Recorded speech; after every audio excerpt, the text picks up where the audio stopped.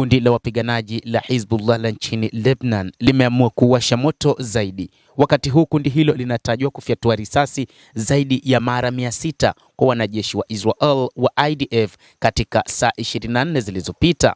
Ripoti zimeeleza karibu mara 2 ya kiwango chake cha vitisho ambavyo ilikuwa ni mara 300 vya angani katika kila siku katika mzozo wa mwaka 2023 na 2024 kati ya pande zote, vyanzo vya IDF vimethibitisha. Kwa mara hii, wakati ambapo wapiganaji hao wa Hizbullah walioamua kuiunga mkono Iran wameamua kuingia vitani, huku wakifanya mashambulizi zaidi mara 2 zaidi ya yale waliokuwa wakifanya katika vita vya 2023-24.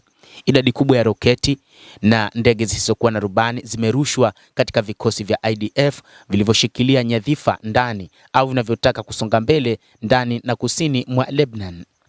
Ongezeko hili kubwa la mashambulizi ya Hizbullah kutoka wastani wa jumla kwa takribani mashambulizi 100 kwa siku wakati wa vita vya sasa limetokea katika kivuli cha uwezekano wa kumaliza vita vya Israel na Iran.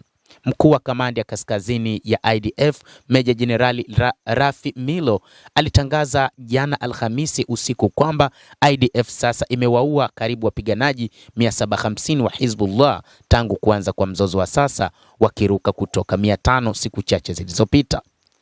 Hata hivyo, ilielezwa kwamba idadi kubwa ya watu waliouawa katika idadi hii iliyotajwa na IDF ni raia. Licha kuongezeka kwa matarajio ya uwezekano huo wa kusitisha mapigano, Israel imetoa kelele kwamba inaweza kutaka kuendeleza kuipiga Hizbullah kwa mashambulizi ya anga pamoja na kuendeleza uvamizi wake kusini mwa Lebanon.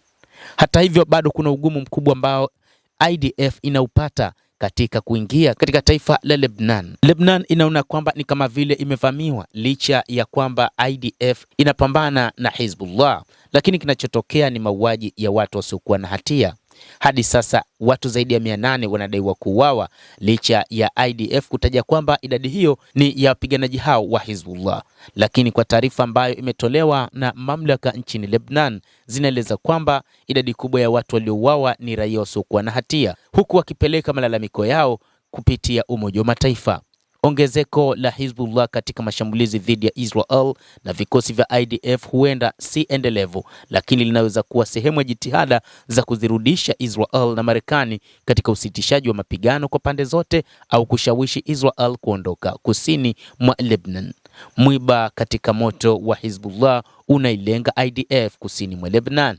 Wakati huo huo, maafisa wakuu wa kisiasa na kijeshi wa Israel wamezidi kutoa maoni yao hadharani katika siku za hivi karibuni juu ya uwezekano wa Israel kushikilia kusini mwa Lebanon hadi mto Litani kwa muda usiojulikana, kujaribu kulazimisha Hizbullah kupokonywa silaha, jambo ambalo kundi la wapiganaji hao limekataa kufanya licha ya shinikizo kutoka kwa serikali yao.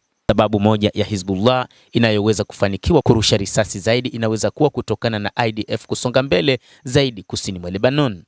Kwa maneno mengine, kama vile vikosi vya IDF vinapenya zaidi kusini mwa Lebanon, hufanya iwe vigumu kwa Hizbullah kuwafyatulia risasi raia wa Israel na kuwarudisha nyuma wafanyakazi wengi wa roketi wa kundi hilo kuwa nje ya safu. Wakati huo huo, kufanya vikosi hivi vya IDF kuwa katika hatari zaidi kwa sababu wanakaribia kuwa katika safu ya mbele ya Hizbullah.